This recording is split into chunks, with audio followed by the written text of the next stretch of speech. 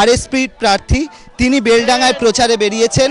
আমাদের সঙ্গে রয়েছেন প্রমথেশ মুখোপাধ্যায়। প্রমথেশ বাবু, মূলত কি কি ইস্যু নিয়ে আপনি এবছর প্রচারে নেমেছেন? একটা ন্যাশনাল ইস্যু আছে, সেটা হচ্ছে গণতন্ত্র এবং ধর্মনিরপেক্ষতা, এটাকে বজায় রাখতে হবে। লোকাল ইস্যু হচ্ছে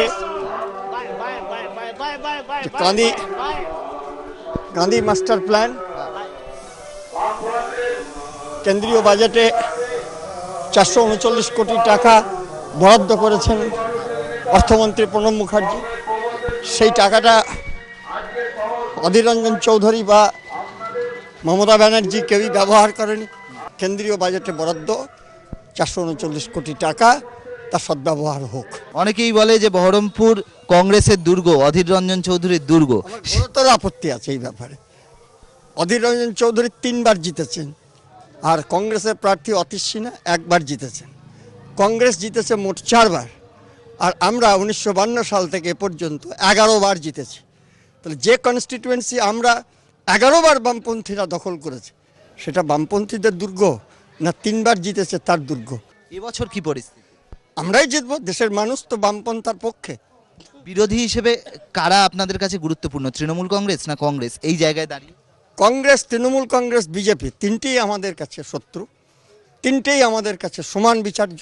আরেকটা জিনিস জানতে চাইবো, বিজেপি এবারে একটা মোদি হাওয়া বলছে, একটা পার্সেন্টেজ সুইং রয়েছে, আপনাদের এখানে কিরকম? সেই কোনো মোদি হাওয়া নেই। হাওয়া যেটা আছে সেটা হচ্ছে অ্যান্টি কংগ্রেস হাওয়া, অ্যান্টি ইউপিএ হাওয়া। আমেরিকান কর্পোরেটস এবং ইন্ডিয়ান কর্পোরেটস তারা একযোগে চাইছে যে কংগ্রেসের বিকল্প হিসাবে বিজেপি আসুক। এটা তাদের চাওয়া, দেশের মানুষ তা চাইছেন। সাংসদ হিসেবে অধীর চৌধুরী কতটা সফল বা ব্যর্থ? একদম ব্যর্থ, অ্যাবসলিউট ব্যর্থ। আমি নিজে 4-5 বছর ছিলাম, তার মধ্যে আমি একটা কলেজ তৈরি করেছি। অধীর রঞ্জন চৌধুরীকে জিজ্ঞেস করুন, তিনি 3 টার্মে 3-5-15 বছরে 60-65 কোটি টাকা পেয়েছেন। কোন স্কুল, কোন কলেজ, কোন হাসপাতাল তিনি তৈরি করেছেন? কেন এখানে রেলমন্ত্রী হিসাবে এখানে ফ্লাইওভারটা হলো না? কে জবাব দেবে? ব্যর্থ ওই জন্য। কেন বহরমপুর কেএন কলেজকে কেন্দ্রীয় বিশ্ববিদ্যালয়ে পরিণত করা গেল না? কে জবাব দেবে?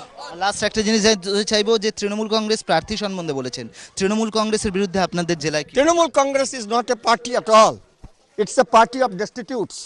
অবশ্যই আমরা কথা বললাম প্রমথেশ মুখোপাধ্যায়ের সঙ্গে। তিনি প্রচার চালাচ্ছেন বেলডাঙ্গায়, মানুষের কাছে পৌঁছে যাচ্ছেন, এবং তিনি এটাকে কোনোভাবে কংগ্রেসের দুর্গ বলে মানতে রাজি নন, এবং তিনি মনে করছেন যে লড়াই হবে, সেই লড়াই হবে যথেষ্ট জোরদার। ক্যামেরায় প্রীতম চক্রবর্তীর সঙ্গে অর্ণব মুখোপাধ্যায়, এবিপি আনন্দ, বেলডাঙ্গা।